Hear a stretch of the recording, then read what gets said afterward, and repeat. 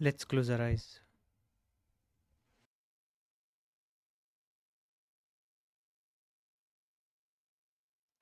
There are a lot of definitions of meditation,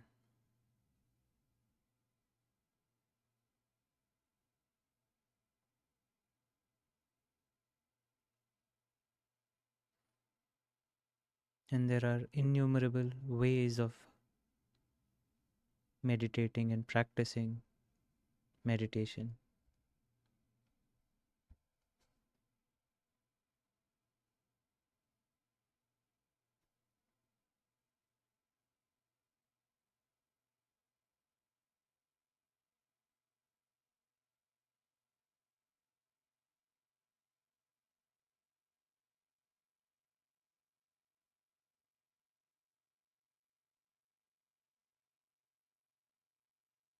But somehow, a common complaint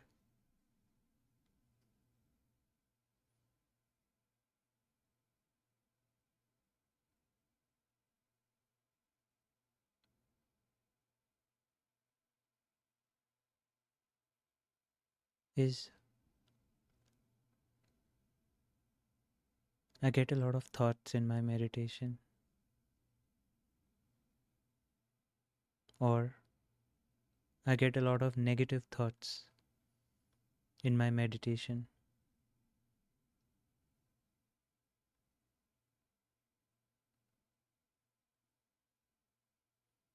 My mind is distracted.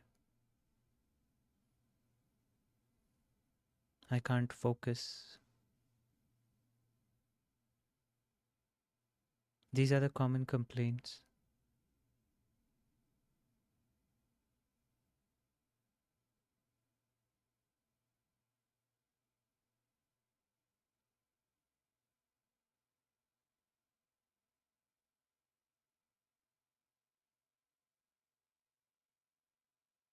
But what we are doing here is very specific.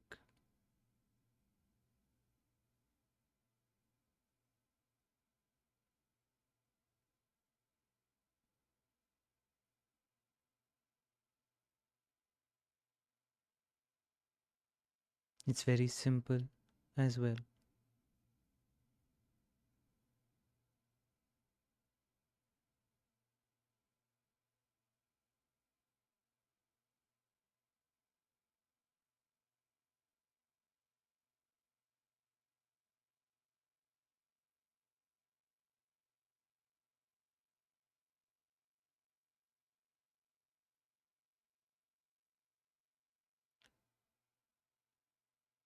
Before I explain what the specificity in what we do here as we sit for meditation, I want to address some of the complaints,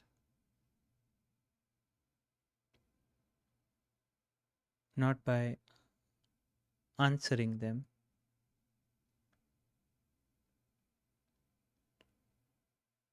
but by opening the question a little more.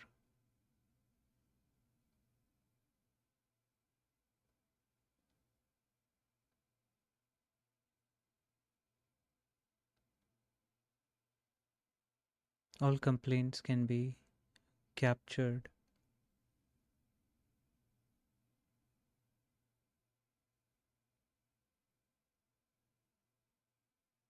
in having thoughts while your eyes are closed and you are sitting. Negative thoughts, distracting thoughts, lack of focus, etc. So thoughts is the biggest problem that one faces in meditation.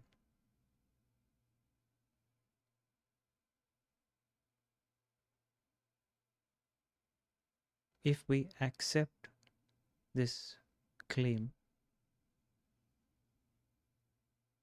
we are accepting the underlying definition of what meditation is.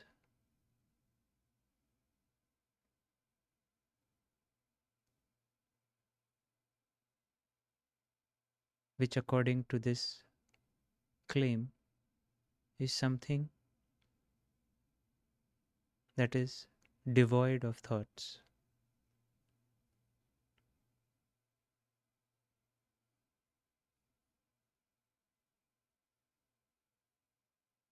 If you have thoughts, you are not meditating.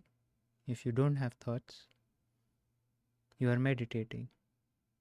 That's the definition that is being implied here.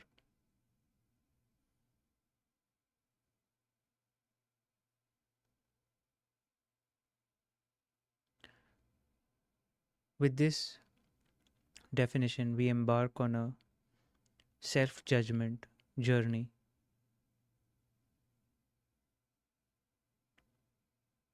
where having thoughts is a sign of failure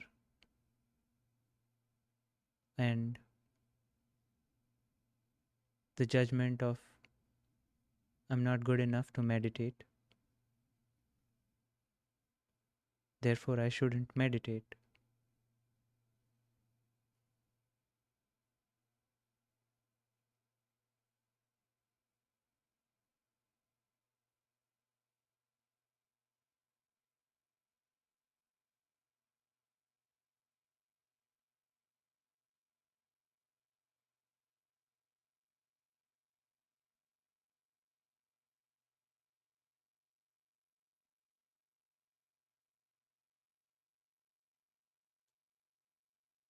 Our human experience comprises of perceptions, which include sights, sounds, tastes, textures, and smells. So, perceptions, thoughts, which include images, sounds, and lastly, emotions, which include sensations and feelings.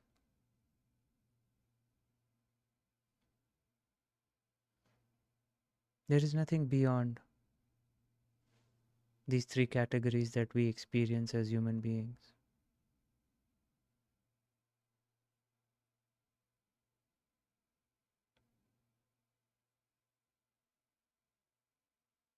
And somehow, the only problem seems to be with thoughts. Nothing is wrong with perceptions, and nothing is wrong with emotions. It's only the thoughts that interfere with meditation.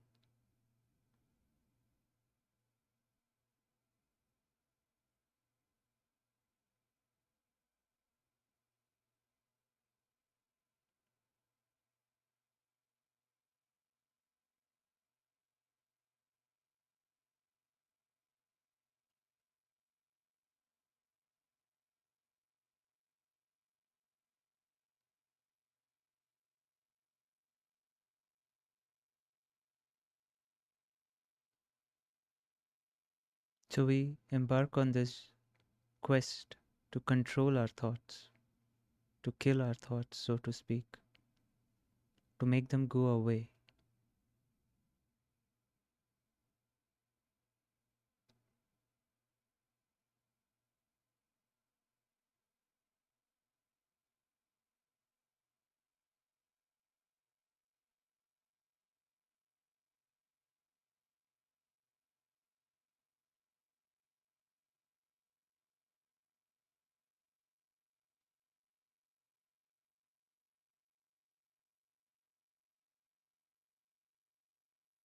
What will happen if you start fighting with a particular aspect of your human experience?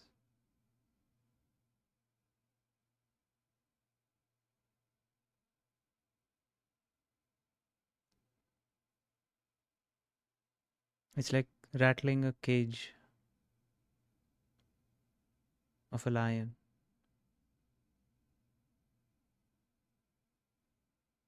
Suddenly, the lion is the problem. If you start fighting with thoughts, then thoughts will seem to be a problem.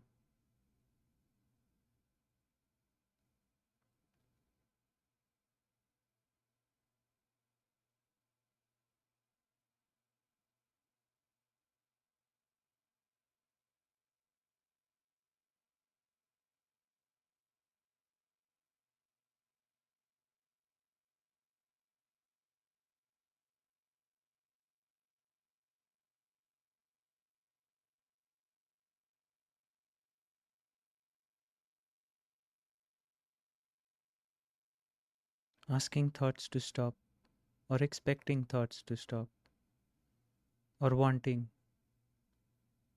thoughts to stop is like asking water to not flow,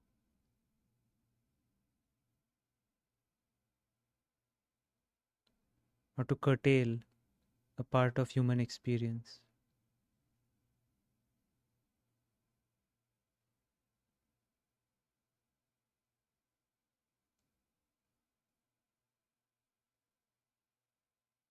If thoughts wasn't the only problem, somehow due to cultural exposure, we have condensed the problematic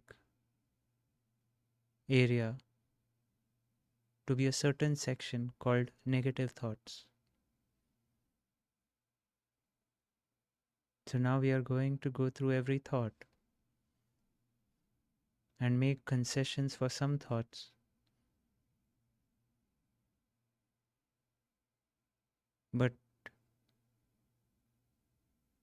wrestle with the so called negative thoughts.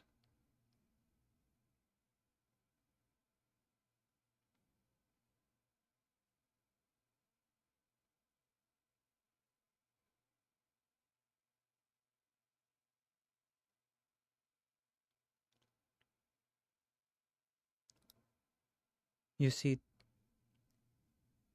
the more I am describing the problem in detail,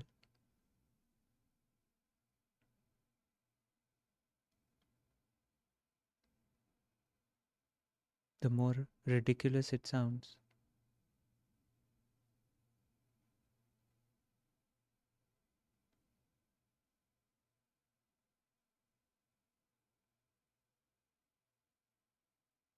Because we have a hard time explaining simple things, we tend to complicate them.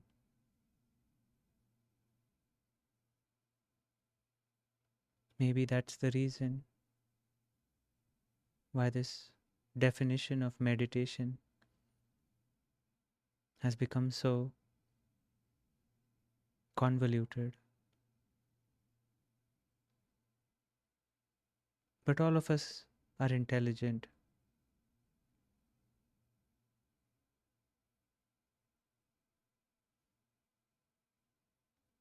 Whatever I'm describing,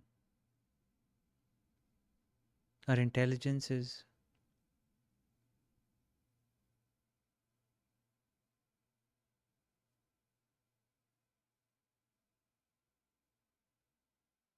working through this explanation to see if it makes sense or not.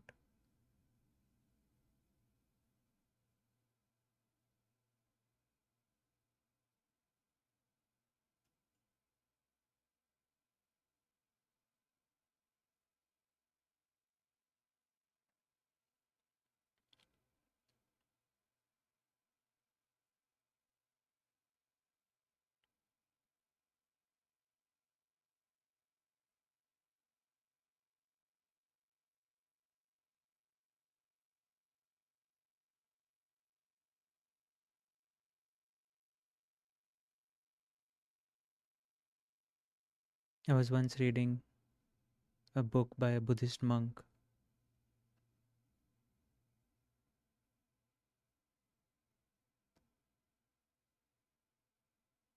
and she suggested that she had traveled all over the world exploring meditation and trying to find the quietest place to meditate. And no matter how remote she went, it was never quiet.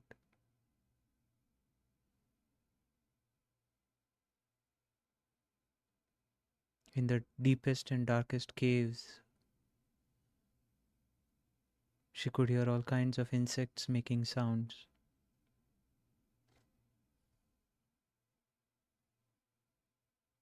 That's when she realized that sounds are not a problem, because the more you try to avoid them, the more you see how ubiquitous they are.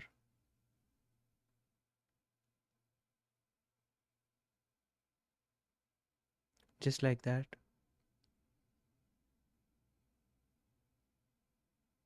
the more we try to avoid thoughts, the more we are bombarded by them.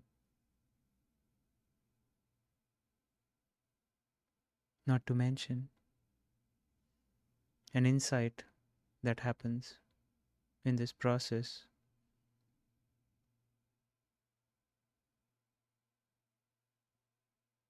which is we don't have any control over our thoughts. Thoughts arise and dissolve on their own accord.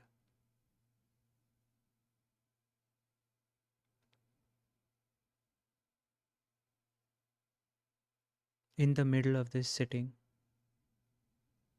you might get a thought about home, about office, about getting something from the grocery store. Completely random.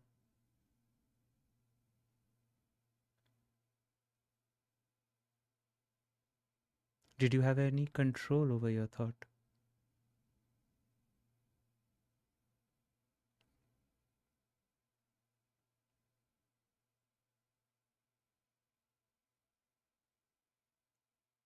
So, what if we stayed true to our experience, and from that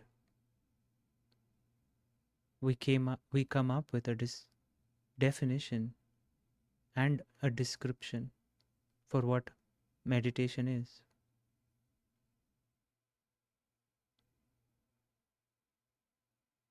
Now that we have debunked the most common complaint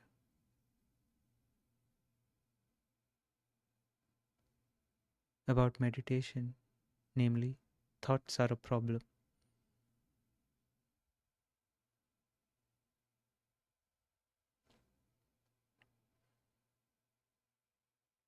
Thoughts, sounds, which fall under perceptions, the sensations arising in your body, the feelings that are arising in your body.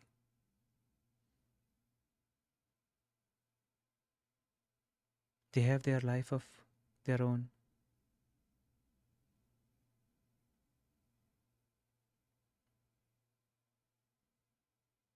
It's not a problem.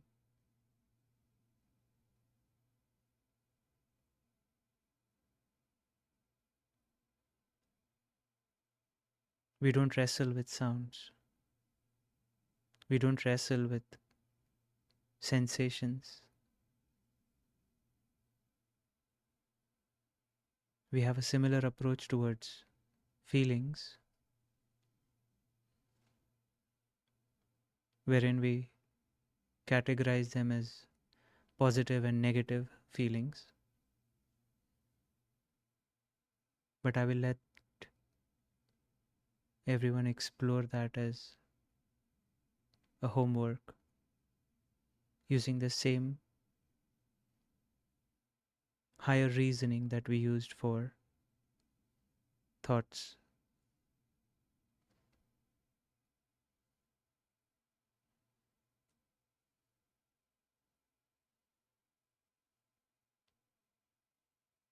So once we start from this baseline that no perceptions, no thoughts, no feelings, no sensations are a problem, then we get to define meditation.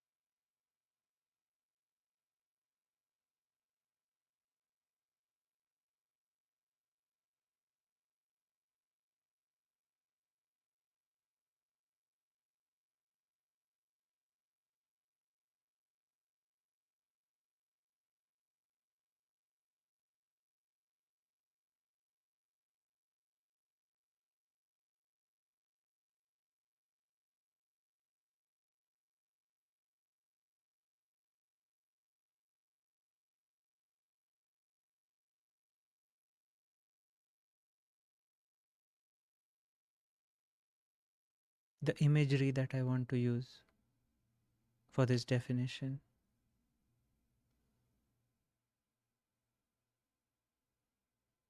is being on the banks of a river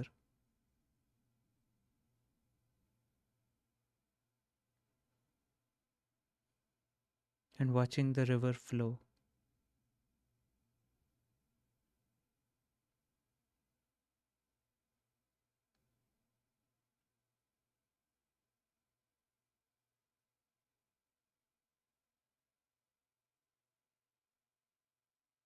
with a deep rooted wisdom and insight that we explored earlier, that the river has its own flow.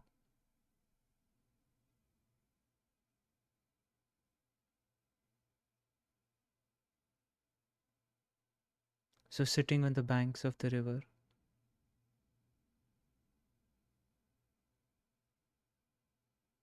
all we are going to do is watch the water flow. At that point, it's not even a river, it's just water flowing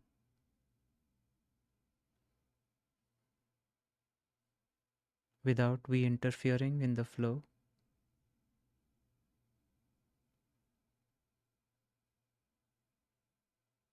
without us focusing or concentrating on a certain section of the flow,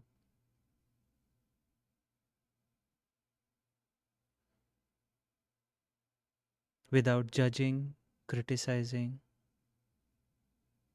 naming, categorizing anything that is happening in the flow.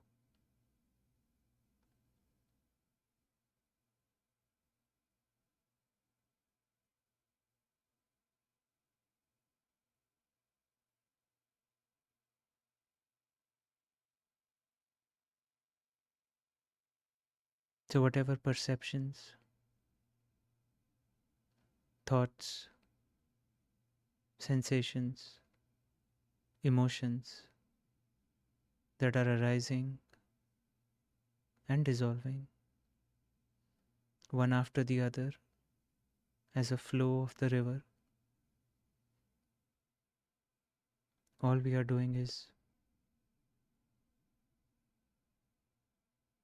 watching the flow,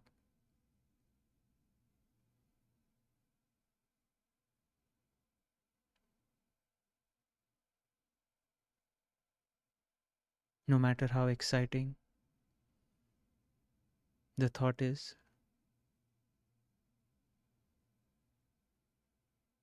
how true the thought is, how untrue the thought is, how exciting the emotion is, how pleasant or unpleasant the sound is, or the sensation. We are just watching it flow from one perception to a thought, to a sensation, to an emotion.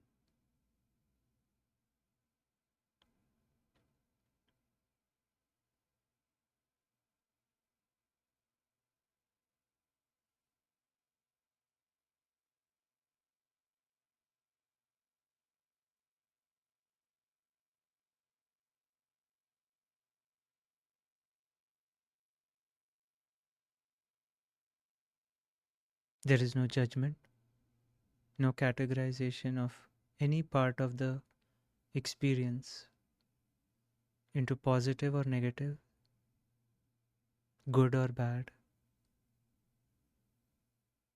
no negotiation with the flow, no interference with any of the thoughts or emotions.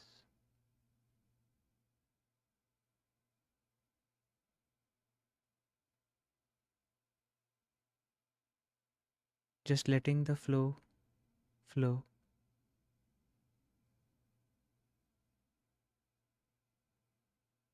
and being as being.